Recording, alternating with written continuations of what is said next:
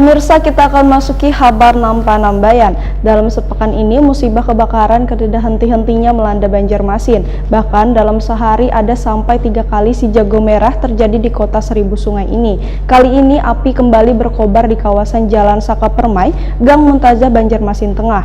Barisan pemadam kebakaran dari berbagai arah pun menuju lokasi kawasan padat penduduk tersebut. Pemirsa, inilah kabar nang selengkapnya.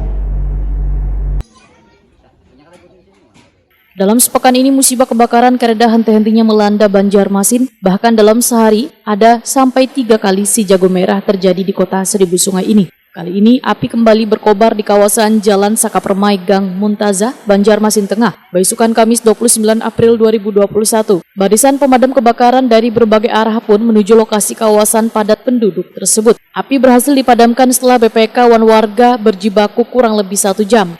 Arbain, salah seorang korban kebakaran Wetakoni Prima TV, memadahkan bahwa kejadian dirinya sedang kadada di rumah. Setelah mendapat kabar dari grup WA, maka dirinya pun bergegas pulang ke rumah. Namun api sudah membakar rumahnya. Arbain mengaku belum mengetahui asal muasal api, sedangkan kerugian nang diderita mencapai ratusan juta rupiah. Arbain berharap adanya donatur nang turut membantu bubuhan korban kebakaran ini agar bisa kembali membangun tempat tinggal.